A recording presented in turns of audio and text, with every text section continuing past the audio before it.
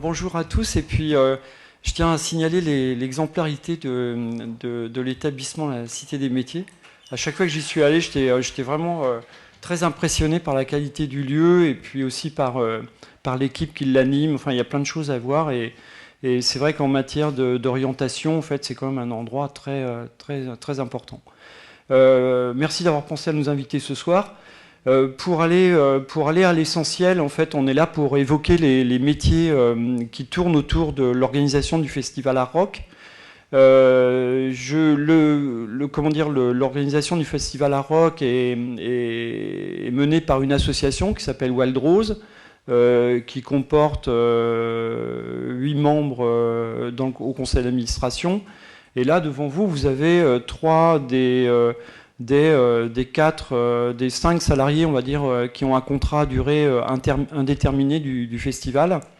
Donc, moi, je me présente, je m'appelle Jean-Michel Boinet, je dirige le Festival Art Rock et puis je suis directeur artistique du festival et créateur aussi du Festival Art Rock et fondateur aussi de l'association Wild Rose. Donc, tout ça, c'est une longue histoire.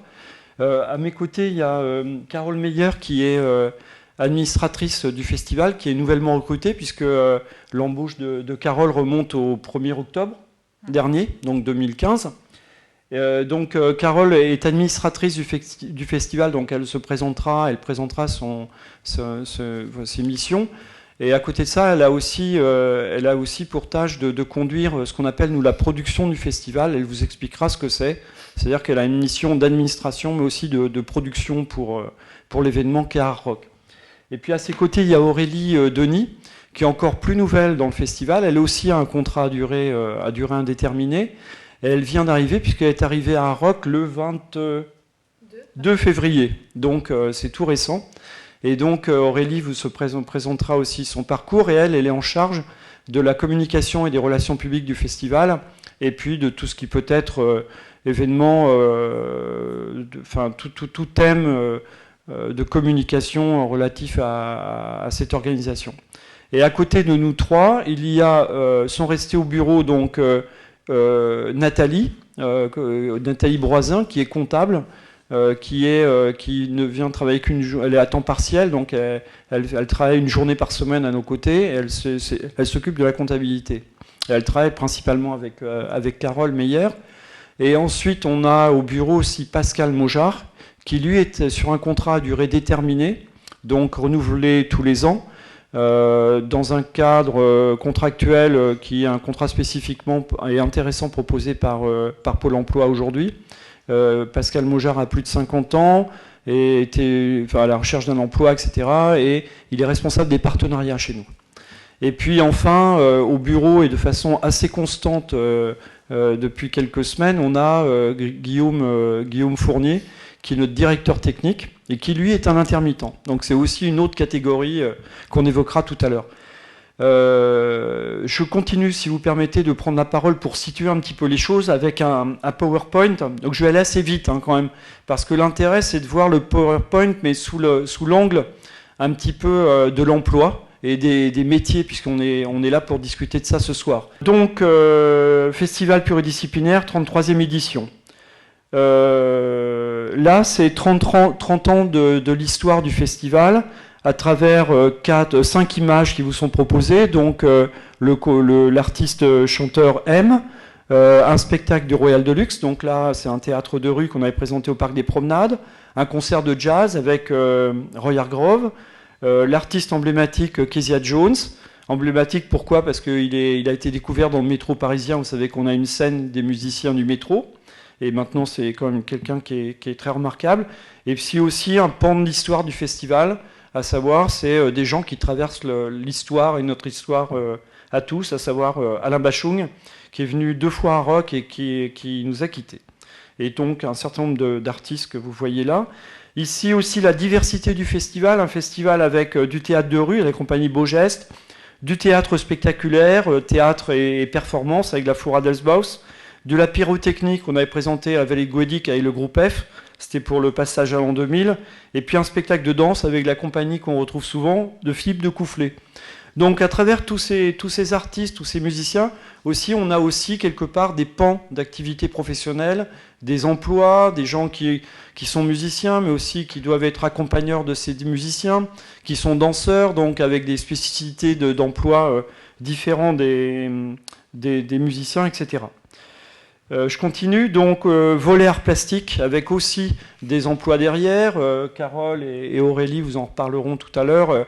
Bon, des emplois, là, on va parler de techniciens qui vont monter les expositions, qui vont transporter les expositions.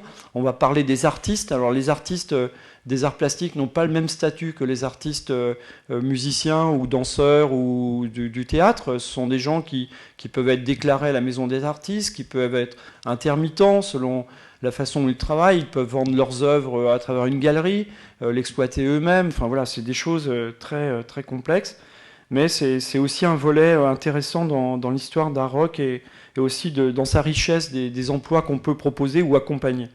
Donc là, on revient, on a vu un peu les emplois artistiques liés aux spectacles, aux expositions qu'on accueille. Festival de centre-ville, aussi avec toute sa diversité et toute sa richesse, peut-être aussi d'emplois, pourquoi pas, parce qu'on va voir à travers tous ces lieux qui sont animés par le festival, qu'on va parcourir à travers les emplois. Vous voyez la grande scène. Donc sur scène, il y a forcément des artistes, mais il y a aussi des techniciens. Pour monter les scènes, il va y avoir plein de métiers différents, notamment techniques. Pour faire venir toute cette foule, il va y avoir aussi besoin de personnel en communication, en médiation, enfin plein de choses.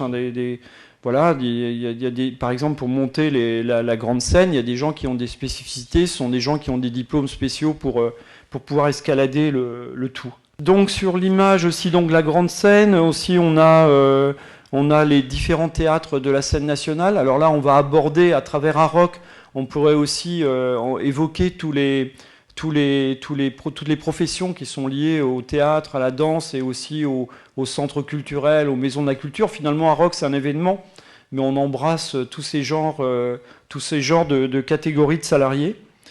Donc festival de centre-ville. Avec aussi, vous le voyez, un village. Donc, qui dit village dit espace de restauration, dit espace de bar, dit donc barman, dit chef cuisinier. Là, tout de suite, on va parler de l'opération Rock and Talk. Donc, les chefs cuisiniers, c'est des patrons des restaurateurs, des gens qui ont... Enfin, voilà, il y a plein de choses que nous, on suit tous les jours dans l'équipe du festival. Voilà. Ensuite, pour revenir un petit peu au montage financier du festival, donc, ou au montage en termes de chiffres, donc, là on aborde la 33e édition, le budget est de l'ordre de 2,2 millions à 2 millions, plutôt 400 000 euros cette année. La fréquentation de l'année dernière était de 75 000 spectateurs, dont une quarantaine de 45 000 spectateurs aux spectacles et expositions payants. On a, ça sera encore le cas cette année, environ 80 spectacles qui seront répartis dans une douzaine de lieux du centre-ville. Et puis enfin, il y a 500 professionnels et journalistes qui sont accrédités au festival. Là, encore plus de chiffres, donc j'y reviens, 75 000 spectateurs, 45 000 spectacles payants, 30 000 entrées au spectacle gratuit, 3 jours de festival, 80 spectacles, 350 artistes et techniciens qu'on accueille, donc dans des... catégories très différentes, comme je le disais. Il va y avoir des danseurs, il va y avoir des spectacles, des expos, de la musique, etc. Et puis, il va y avoir 350 artistes et techniciens, dont 130 intermittents parmi les 350. Donc, ça donne un peu l'équilibre des choses. Et puis, parallèlement à ça, il va y avoir aussi des spectacles dans le off. Donc ce qu'on appelle le art bistrock, c'est-à-dire les concerts dans les bars et les restaurants du centre-ville, qui vont aussi générer beaucoup d'emplois, mais finalement des emplois qui ressemblent un peu aux nôtres, c'est-à-dire ça va être aussi des artistes, ça va être aussi des techniciens qui vont être embauchés pour l'occasion. Ensuite, on a la partie rock and talk avec les 20 chefs cuisiniers, une brigade de 150 personnes en cuisine. Donc il y a environ une quinzaine d'établissements. Donc on va dire les 15 restaurants vont amener chacun une dizaine de personnes. 15 multiplié par 10, 150 personnes en cuisine. Et ce qui va conduire à environ le service d'environ 15 à 18 000 assiettes. Cette année, je crois qu'ils ciblent 18 000 assiettes. 3000 repas vont être servis aussi par nos équipes, là, cette fois à Roc. Cette année, ça se passera à la chapelle Lamennais, près du musée. La ville a mis à disposition cette chapelle et on va y servir environ 3000 repas pour les artistes techniciens du festival. Donc forcément, pour servir ces 3000 repas, il va y avoir aussi des équipes qui vont être constituées de cuisiniers, de personnes qui vont travailler à la plonge, enfin, dans les différents services qu'on peut retrouver dans un restaurant classique. Le festival aussi, en quelques chiffres, c'est 77 entreprises partenaires et mécènes, donc qui vont venir avec des clients pour des opérations de relations publiques au festival. Il y a 130 entreprises prestataires du festival qui, à côté des 350, des quoi? Ah non, je vais y revenir après. Non, voilà. Oui, il y a 77, ça donne un peu l'équilibre des choses.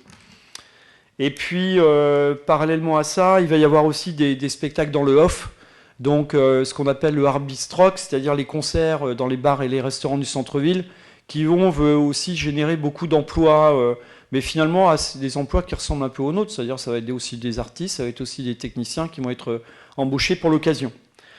Ensuite, on a la partie rock and talk avec les 20 chefs cuisiniers, une brigade de 150 personnes en cuisine.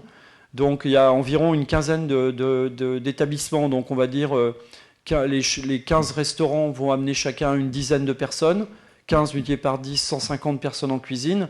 Et ce qui va conduire à environ le service d'environ 15 à 18 000 assiettes. Cette année, je crois qu'il cible 18 000 assiettes. 3000 repas vont être servis aussi par nos équipes, là, cette fois à Roc. Cette année, ça se passera à la chapelle Lamennais, près du musée. La ville a mis à disposition cette chapelle et on va y servir environ 3000 repas pour les artistes techniciens du festival. Donc forcément, pour servir ces 3000 repas, il va y avoir aussi des équipes qui vont être constituées de cuisiniers, de personnes qui vont travailler à la plonge, enfin, dans les différents services qu'on peut retrouver dans un restaurant classique. Le festival aussi, en quelques chiffres, c'est 77 entreprises partenaires et mécènes, donc qui vont venir avec des clients pour des opérations de relations publiques au festival. Il y a 130 entreprises prestataires du festival qui, à côté des 350, des quoi? Ah non, je vais y revenir après. Non, voilà. Oui, il y a 77 entreprises partenaires et mécènes. Il y a 130 entreprises qui travaillent à nos côtés. Donc ça, c'est par exemple le son et l'éclairage. Ce sont des entreprises prestataires, donc on va louer leurs services. Mais eux-mêmes, ils vont embaucher des gens. Donc l'équipe de sonorisateurs, c'est certainement, je dirais, une vingtaine de personnes qui vont être embauchées par cette entreprise prestataire de services qui va assurer le son du festival à Roc. Mais il en va pour le son, pour l'éclairage, pour les scènes que vous avez vues tout à l'heure, pour plein de métiers. En fait, on n'a pas des embauches directes, on va passer par des entreprises dites prestataires ou relais. Et puis l'année dernière, c'était 839 nuits d'hôtel, donc avec les emplois qui sont générés par toute cette activité. Et sachant que les 839 nuits d'hôtel, ce sont les chambres réservées par un Roc. Et là, on ne compte pas les professionnels ou le public qui loue des chambres pendant le festival. Ça, c'est plutôt un focus sur la communication du festival. C'est aussi ce dont vous parlera mieux que moi Aurélie dans quelques minutes. Donc Aurélie Denis, responsable de la communication, en fait met tout ça en place. C'est-à-dire qu'elle va imprimer des affiches, elle va coller des affiches, elle va avoir des publicités donc sur la presse papier, sur la presse radio, sur la presse audiovisuelle. Et donc tout ça, ça va générer aussi des relations avec soit des entreprises prestataires, soit des journalistes, soit des équipes d'édition. Enfin voilà, on fait travailler parmi les centres entreprises prestataires. Aurélie fait travailler beaucoup de gens aussi dans le monde de l'imprimerie, de la diffusion, de la maquette. Enfin tout ça, voilà. Et ça, c'est les partenaires et les mécènes du festival. Donc ça, c'est une page pour vous montrer un peu ce sont les partenaires de 2015. Ils sont encore plus nombreux cette année. Et pour bon nombre de ces partenaires aussi, à l'occasion du festival à Roc, eux-mêmes emploient des gens Je prendrais ne serait-ce que le département des Côtes-d'Armor qui nous accueille ce soir. En fait, le département des Côtes-d'Armor va aussi avoir des services qui vont être impliqués dans le festival, ne serait-ce que parce qu'il nous accueille à la Seine-B dans la cour que vous venez de traverser à l'instant. Bon, il va y avoir du gardiennage, il va y avoir des services de communication, les services de presse du département, du conseil départemental, enfin, les élus qui vont être mobilisés aussi, les élus qui vont faire venir des chefs d'entreprise pour que les gens visitent le conseil départemental à cette occasion-là. Enfin, voilà, plein de choses.